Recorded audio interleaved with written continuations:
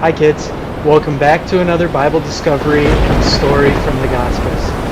By this time you should have the materials for this week's lesson, the activity pages and the crafts that are included in those. If you don't have them, then ask Mom and Dad to get in contact with the church and we will make sure that we get you on the mailing list.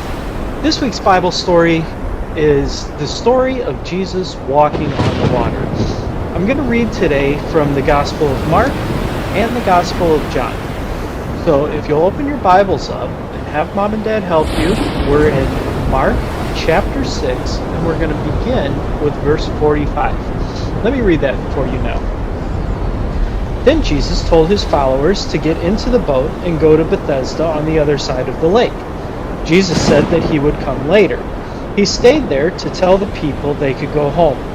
After sending them away, he went to the hills to pray. That night, the boat was in the middle of the lake.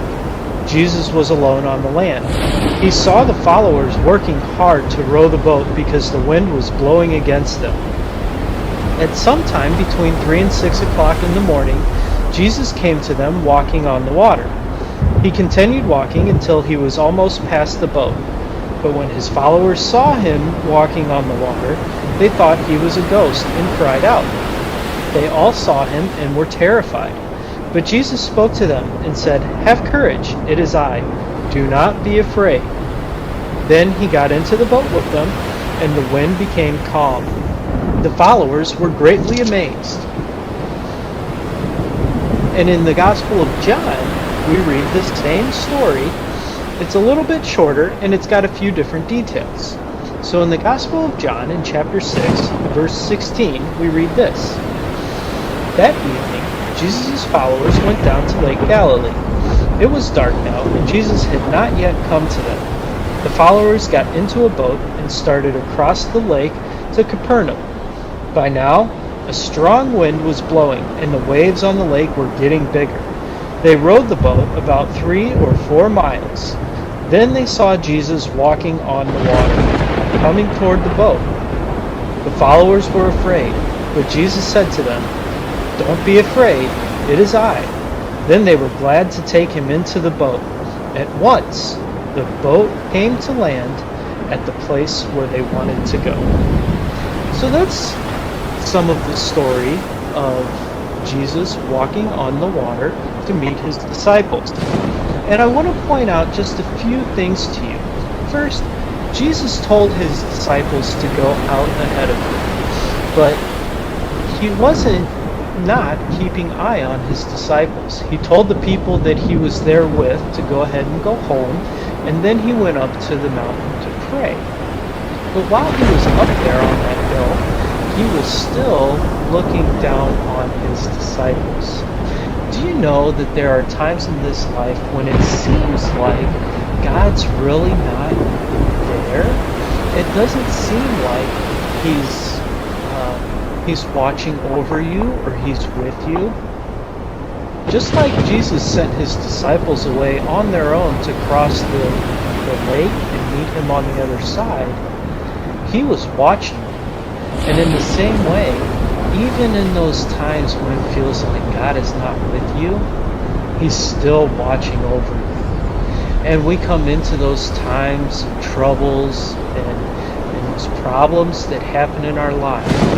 And we have to remember that God is still watching us. He still knows what we're going through, and he's still there.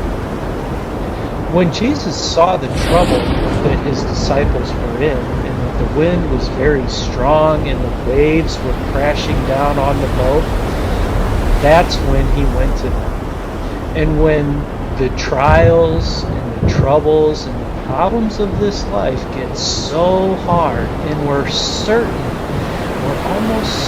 that God is not watching out for us, that's when we look for him, because that's when he comes. And just like Jesus came walking in the middle of the lake on the water to his disciples, God comes and he comes to us in those times when we're having a lot of problems, troubles, and we don't even expect that he's there, but then he comes to us.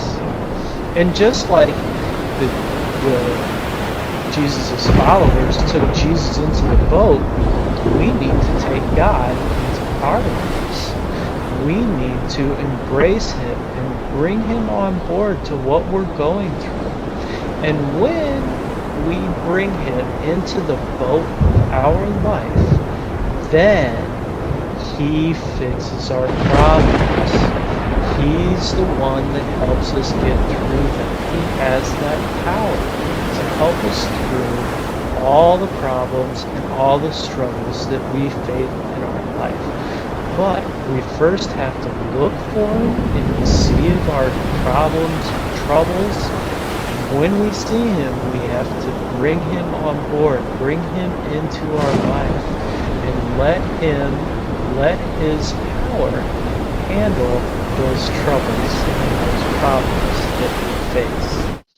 And then Jesus calmed the storm, and the wind stopped blowing, and the waves died down.